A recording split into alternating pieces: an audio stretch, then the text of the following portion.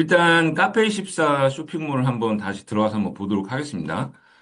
음, 오늘 이제 우리가 세팅할 거는 그 카페24 쇼핑몰의 애드 투 카트, 그 다음에 비긴 체크아웃 이벤트예요. 그래서 우리가 들어가 보면 다시 한번 우리가 세팅했던 거를 한번 생각해 보면서 실제 쇼핑몰을 들어가 보면 우리가 여기 이 페이지, 그러니까 제품의 상세 내용이 나오는 페이지, 우리가 PDP라고 일반적으로 얘기를 많이 하는데 프로덕트 디테일 페이지라 그래서 이 페이지에서는 우리가 아이템, 우리가 상품을 봤다라는 이벤트, 뷰 아이템 이벤트가 발생을 하게 되는 거고, 그 다음에 이제 어, 애드 투 카트 이벤트, 장바구니 이벤트가 또 발생을 하게 돼요. 어떤 얘기냐면 이번에는 어떤 얘기냐면 이번에는 카트 추가, 보통 이제 카트 버튼이라고 얘기하는 얘를 누르면 어떤 일이 발생해야 되냐. 얘를 누르는 순간 데이터 레이어에 있는 요값, 제품 이름, 그 다음에 프라이스, 파이널 프라이스, 그 다음에 수량, 수량이 이제 데이터 레이어, 우리가 이제 만들어야 되는 데이터 레이어, DL에 데이터 레이어에 이게 이제 들어가야 돼요. 뿅 하고 들어가야 돼요. 뿅 하고 들어가야 돼요. 뿅 하고 들어가고 얘도 들어가줘야 됩니다. 데이터 레이어에. 그 다음에 어떻게 하면 될까요? 그 다음에, 그 다음에 데이터 레이어까지 우리가 지금 데이터를 가지고 왔고 얘 항상 어떻게 해야 돼요? GTM으로 받아야 된다 그랬죠. GTM. GTM으로 받아야 된다 그랬죠. GTM으로 받아야 된다 그랬어요. 그래서 이 데이터 레이어에 들어가 있는 값을 GTM에서 받을 때 쓰는 게 뭐라 그랬죠? 이것만 기억하면 되죠. 데이터 영역 변수라는 거, 얘를 쓰면 데이터 레이어에 있는 걸 받아올 수 있다라고 말씀드렸었어요. 그죠? 데이터 레이어에 있는 걸 받아올 수 있다라고 말씀드렸었습니다. 걔를 받아오면 되는 거고, 걔를 받아온 상태에서 이제 걔를 가지고 GA4로 이벤트를 쏴주면, 에드트 카트 이벤트도 뷰 아이템과 비슷하게 이제 할 수가 있어요. 그죠? 근데 한번 생각해 볼까요? 아니, 그러면 그냥 뷰 아이템의 그 이벤트 당시 이 페이지에 들어왔던 그 데이터를 그냥 그대로 쓰면 되지 않아요? 어차피 똑같은 거 아니에요? 동일한 페이지인데?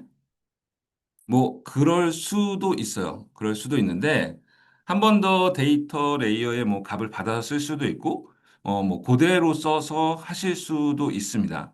근데 생각을 해보면, 우리가 뷰 아이템이라는 건 예를 들어서 우리가 이 대분류 카테고리에서 어떤 시점에 수집되는 거냐면, 실제 이 상세 페이지, 뿅 하고 딱 들어왔을 때 사실은 수집되는 거예요.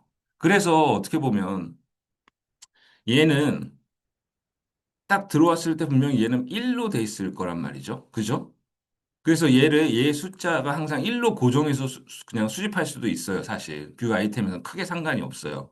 1로 고정하던 얘 숫자를 읽어다가 맞춤 자바스크립트로 가져가서 데이터 레이어에 저장하던 어차피 사용자가 처음에 들어왔을 때 여기는 1이란 말이죠. 그래서 크게 상관이 없습니다. 당연히 이렇게 눌렀을 때 당연히 파이널 프라이스는 2만 원이 되게 되는데, 2만 원이 되게 되는데, 그런 것도 이제 가격이 변하게 되는데, 사실은 뷰 아이템 이벤트를 세팅하는 단계, 그러니까 요 단계에 이렇게 뿅 들어와서, 실제 상세 페이지에 들어왔을 때는 다 1을 기준으로 뷰 아이템 이벤트는 수집이 되기 때문에, 쇼핑몰이 아주 뭐 이상하게 되게 특수한 형태가 아니고 나서는 요걸 다 그냥 고정 프라이스, 뭐 사실은 파이널 프라이스라고 하긴 하지만 뭐 요런 가격들을 수집해도 크게 상관이 없습니다. 근데 장바구니는 얘기가 달라요. 장바구니는 왜 다를까요? 장바구니 사용자가 들어와서 뷰 아이템 이벤트는 이미 나갔고 이제 사용자가 카트에 담아야겠다라고 해서 샘플 상품의 수량을 올리던가 이런 식으로 해버리면 지금 숫자가 바뀌는 게 뭐 있죠? 뷰 아이템 당시의 숫자는 어, 퀀티티라고 하는 우리 수량에 관련된 거는 1이 수집이 됐고, 그 다음에 가격도 만이라는 게 이미 뷰 아이템에서 수집이 됐어요. 그래서 우리가 맞춤 자바스크립트로 변수 만든 거 기억나시죠? 맞춤 자바스크립트로 여기 있는 값을 읽어와. 이런 식으로 해서 만들었는데, 얘는 이미 뷰 아이템에는 1과 만이 수집됐어요. 요 콤마 수집 안 되죠. 우리 안 되게 해놨죠.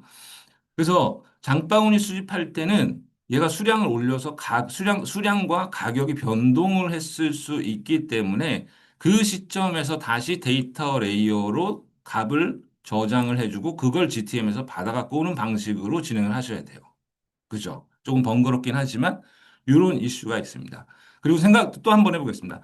뷰 아이템 이벤트에 우리가 그 이 수집 데이터가 수집되는 시점은 페이지에 들어왔을 때 예를 들면 우리가 세팅했던 거는 요 죄송합니다. 요 프로덕트라는 요 URL이 들어간 페이지에 들어가면 이게 제품 상세 페이지마다 다 들어가기 때문에 카페24 우리 샘플 쇼핑몰 기준으로 얘기 드린 겁니다. 여러분의 사이트는 PDP, 이 제품 상세 페이지가 어떻게 나오는지 URL을 확인하셔야겠죠.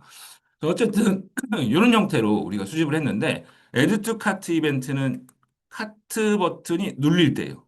눌릴 때. 눌리면 뭐가 진행돼야 되냐? 데이터 레이어의 현 시점으로 아이고, 죄송합니다. 데이터 레이어의 현 시점으로 요 값들 같은 게 얘네가 들어가고 요 맞춤 자바스크립트로 만들어서 이제 그 있으니까 우리가 다시 한번 잡아 넣고 요게 들어가고 들어간 상태에서 요게 GTM으로 받아지도록 하는 것들을 이제 세팅하시면 돼요. 그렇죠? 그래서 장바구니는 요거 정도만 좀 주의를 해주시면 됩니다. 자, 그럼 우리 전체적으로 뭘 만들어야 될지 생각을 해볼게요. 자, 변수 트리거 태그 만드셔야 돼요. 변수 트리거 태그. 변수는 요 값이 받아지는 거, 요 값이 받아지는 거, 요 값이 받아지는 거 가지고 쓰시면 되고. 그 다음에 트리거는 뭐예요? 카트 버튼이 눌렸을 때 클릭 트리거 기준으로 잡으시면 되겠죠. 그러면 카트 버튼이 눌리면 어떻게 돼요? 데이터 레이어가 이 페이지에 다시 뷰 아이템 이벤트에 세팅됐던 값 말고 이 카트 버튼을 누르는 당시로 다시 데이터 레이어에 값이 들어가고 요 값을 가지고 우리가 GTM에서 아까 봤었던 데이터 영역 변수로 값을 받고 다시 얘를 GA4 이벤트로 쏘는 걸 하시면 되죠. 이렇게만 하시면 됩니다. 이렇게. 오케이. 이렇게 구성을 해서 진행을 하시면 됩니다. 그래서 이 큰 그림을 이렇게 그리실 수 있으면 비긴 체크아웃도 이제 큰 그림은 그리실 수가 있어요. 근데 비긴 체크아웃은 또 조금 달라요. 그래서 그건 그때 가서 설명을 드리도록 하고 이번에는 한번 천천히 한번 세팅을 한번 해보도록 하겠습니다.